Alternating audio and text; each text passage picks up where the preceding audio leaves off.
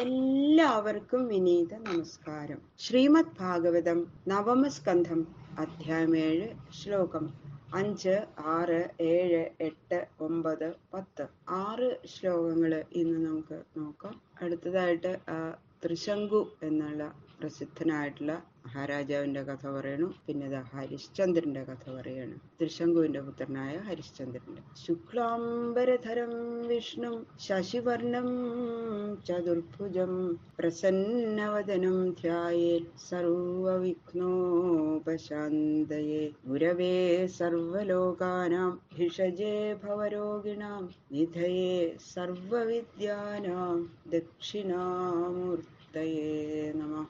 ഗംഗണപതയേ നമഃ. സംസരസ്വത്യൈ നമഃ. ഗുരുഭ്യോ നമഃ. ഓം നമോ ഭഗവതേ വാസുദേവായ.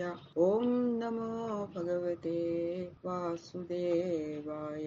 തസ്യ സത്യവ്രതപുത്ര ത്രിശങ്കുരിതി വിശ്രുത പ്രാപ്ത ചാണ്ഡാളതാം ശാപാൽ ഗുരോ കൗശികതേജസാ സശരീരോ ഗതസ്വർഗം അദ്യാവിധി ദൃശ്യത്തെ പാതിതോ അവാക്ഷിരാ ദേവൈ തേനൈവ സ്തംഭിതോ ബലാൽ. തസ്യ അദ്ദേഹത്തിന്റെ പുത്ര സത്യവ്രത പുത്രനായ സത്യവ്രതൻ ത്രിശങ്കു ഇതി ത്രിശങ്കു എന്ന വിശ്രുത കീർത്തിക്കപ്പെട്ടവൻ ഗുരോഹോ ഗുരുവിന്റെ ശാപാത് ശാപം ഹേതുവായിട്ട് ചാണ്ഡാളാവസ്ഥയെ പ്രാപിച്ചു. കൗശിക തേജസ കുശികപുത്രന്റെ പ്രഭാവത്താൽ ശരീരസഹിതനായിട്ട് സ്വർഗത്തെ ഗമിച്ചു. അദ്യാവി ഇപ്പോഴും ദൃശ്യത്തെ കാണപ്പെടുന്നുണ്ട്. ദേവൈഹി ദേവന്മാരാൽ അവാക്ഷിരാഹ തലകീഴായിട്ട് പതിപ്പിക്കപ്പെട്ടു. തേന ഏവ അവനാൽ തന്നെ ബലാൽ തപശക്തി കൊണ്ട് സ്തംഭിക്കപ്പെട്ടു. ത്രിബന്ധനന്റെ പുത്രൻ സത്യവ്രതൻ. അദ്ദേഹത്തിന് ത്രിശങ്കു എന്നു കൂടി പേരുണ്ട്. അതൊരു സുപ്രസിദ്ധമായിട്ടുള്ള കഥയാണല്ലോ ത്രിശങ്കുവിന്റെ കഥ. ഗുരുവായ വസിഷ്ഠന്റെ ശാപനിമിത്തം ആ രാജാവ് ചണ്ടാളനായിട്ട് മാറി. ചണ്ടാളനാവട്ടെ എന്ന് ശപിച്ചു വസിഷ്ഠൻ. പക്ഷെ ഈ വസിഷ്ഠന്റെ എതിരാളിയാണ് വിശ്വാമിത്രൻ. അപ്പോ വിശ്വാമിത്രന്റെ പ്രഭാവ നിമിത്തം ആ ചണ്ടാള ഭാവത്തിൽ നിന്ന് മുക്തനായിട്ട് ശരീരത്തോടു കൂടി സ്വർഗത്തിലേക്ക് അങ്ങോട്ട് പറഞ്ഞയച്ചു വിശ്വാമിത്രൻ ഈ ത്രിശങ്കുവിനെ. അപ്പോ അതായത് ഈ സത്യവ്രതന് ഇപ്പോഴും ഈ നക്ഷത്ര മണ്ഡലത്തിലെ നക്ഷത്ര സ്വരൂപനായിട്ട് കാണപ്പെടുന്നു ത്രിശങ്കു സ്വർഗം എന്ന് പറയണ്ടല്ലോ അല്ലെ. അപ്പൊ ഈ ചണ്ടാളന്റെ ശരീരത്തോടു കൂടി സ്വർഗത്തിലേക്ക് പോണ ത്രിശങ്കുവിനെ കണ്ടു ദേവന്മാര്.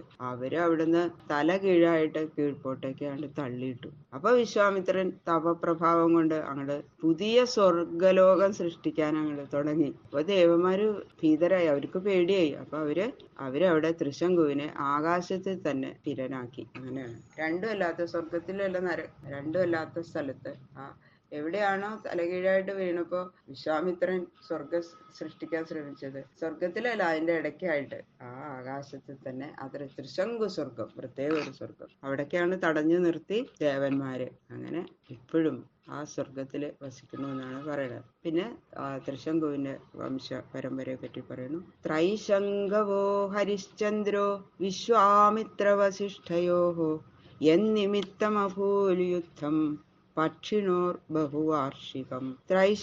ത്രിശങ്കുവിന്റെ പുത്രൻ ഹരിശ്ചന്ദ്രൻ പക്ഷികളായി ഭവിച്ച വിശ്വാമിത്ര വസിഷ്ഠയോ വിശ്വാമിത്രനും വസിഷ്ഠനും എന്നിമിത്തം യാതൊരുവൻ നിമിത്തത്തോടുകൂടിയ ബഹുവർഷം നിലനിന്ന യുദ്ധം ഉണ്ടായി. ത്രിശങ്കുവിന്റെ പുത്രനാണ് ഹരിശ്ചന്ദ്രൻ. ഹരിശ്ചന്ദ്രന്റെ കഥ പ്രസിദ്ധമാണല്ലോ അല്ലെ. ആ മഹാരാജാവിൻ കാരണം 2 പക്ഷികളായി ഭവിച്ചു വിശ്വാമിത്രനും വസിഷ്ഠനും. അവര് തമ്മിൽ പിന്നെ അനേക വർഷം നിലനിന്ന യുദ്ധം ഉണ്ടായി എന്നാണ് പറയുന്നത്. ആ കഥ ഭാഗവതത്തിൽ പറഞ്ഞിട്ടില്ല, വേറെ പുരാണത്തില് പറഞ്ഞിരിക്കുന്നു. വിശ്വാമിത്രൻ ഹരിശ്ചന്ദ്ര മഹാരാജാവിനെ കൊണ്ട് രാജസൂയം എന്ന മഹായാഗം ചെയ്യിച്ചു. ആ യാഗത്തിന്റെ ദക്ഷിണയായിട്ട് ഹരിശ്ചന്ദ്രന്റെ സർവസ്വവും വിശ്വാമിത്രൻ ഗ്രഹിച്ചു. ആ യാഗത്തിന് ദക്ഷിണയായിട്ട് ഹരിശ്ചന്ദ്രൻ ഉണ്ടായിരുന്നത് എല്ലാം വിശ്വാമിത്രൻ കൈക്കലാക്കി. അപ്പോ ഹരിശ്ചന്ദ്രന്റെ കുലഗുരുവാണ് വസിഷ്ഠൻ. അതറിഞ്ഞപ്പോ അദ്ദേഹത്തിന് വല്ലാത്ത ദേഷ്യം വന്നു. ആ വിശ്വാമിത്രനെ കൊറ്റി എന്ന പക്ഷിയായിട്ട് പോട്ടെ എന്നങ്ങോട്ട് ശപിച്ചു. അപ്പൊ വിശ്വാമിത്രനുണ്ട് തപോബലം. വിശ്വാമിത്രൻ വസിഷ്ഠനെ താറാവായിട്ട് പോട്ടെ എന്ന് ഭവിച്ചു. ഇങ്ങനെ അവര് രണ്ടുപേര് രണ്ട് പക്ഷികളായി ഭവിച്ചു. ആ പക്ഷികൾ ആയിട്ട് നിന്ന് അവര് തമ്മിൽ വളരെ കാലം യുദ്ധമുണ്ടായി എന്നാണ് കഥ. കഥയുടെ സംഗ്രഹം വളരെ വിസ്തരിച്ച് പറയേണ്ട അവര് തമ്മിലുള്ള യുദ്ധത്തിന്റെ കഥയൊക്കെ, ഹരിശ്ചന്ദ്രന്റെ കഥ ഭാഗവതത്തിലല്ലെങ്കിലും. സോനപത്യോ വിഷണ്ണാത്മാ നാരദസ്യോപദേശത വരുണം ശരണം യാത പുത്രോ മേ ജായതാം പ്രഭോ. അനപത്യ അപത്യഹീനനായ സ അദ്ദേഹം, വിഷണ്ണാത്മാ ദുഃഖിച്ച മനസ്സോടുകൂടിയവനായിട്ട്, നാരദസ്യ ഉപദേശത നാരദന്റെ ഉപദേശത്താൽ, വരുണനെ ശരണം യാത ശരണം പ്രാപിച്ചു. പ്രഭോ ഹേ ഈശ്വര, മേ പുത്ര ജായതാം എനിക്ക് പുത്രൻ ജനിക്കട്ടെ.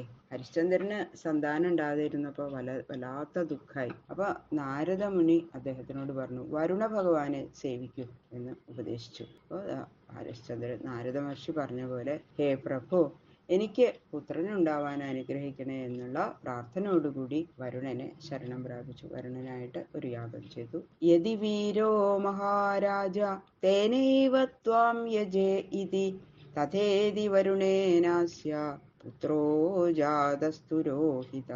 മഹാരാജ, ഹേ മഹാരാജാവേ, യതി വീരനായി ഭവിച്ചാൽ തേന ഏവ അവനെ കൊണ്ട് തന്നെ ത്വാം യജേ അങ്ങയെ പൂജിക്കാം എന്ന് നിശ്ചയിച്ചു. തഥാ ഇതി വരുണേന അങ്ങനെയാകട്ടെ എന്ന് പറഞ്ഞ വരുണൻ നിമിത്തം അസ്യ ഇദ്ദേഹത്തിന് പുത്രൻ ജാതനായി. രോഹിതൻ എന്നു പേര്. അപ്പൊ ഹരിശ്ചന്ദ്ര മഹാരാജാവ് യാഗം ചെയ്തിട്ട് പറഞ്ഞു, ഹേ സർവസമ്പൽ സമൃദ്ധനായ ഹേ മഹാപ്രഭു, അങ്ങേക്ക് ഞാനൊന്നും നൽകേണ്ടതില്ല. എങ്കിലും വീരനായ പുത്രൻ ജനിച്ചാൽ ആ പുത്രനെ തന്നെ പശുവായി കൽപ്പിച്ചിട്ട് ഞാൻ അങ്ങയെ യോജിക്കാം. അതായത് ആ പുത്രനെ തന്നെ ഞാൻ എനിക്ക് നല്ലൊരു പുത്രനുണ്ടായ ആ പുത്രനെ അങ്ങേക്ക് തന്നെ ഞാൻ സമർപ്പിക്കാം എന്ന് പറഞ്ഞു. പിന്നെ എന്തിനാ പുത്രനുണ്ടാവണം അത് ആലോചിച്ചില്ല അദ്ദേഹം.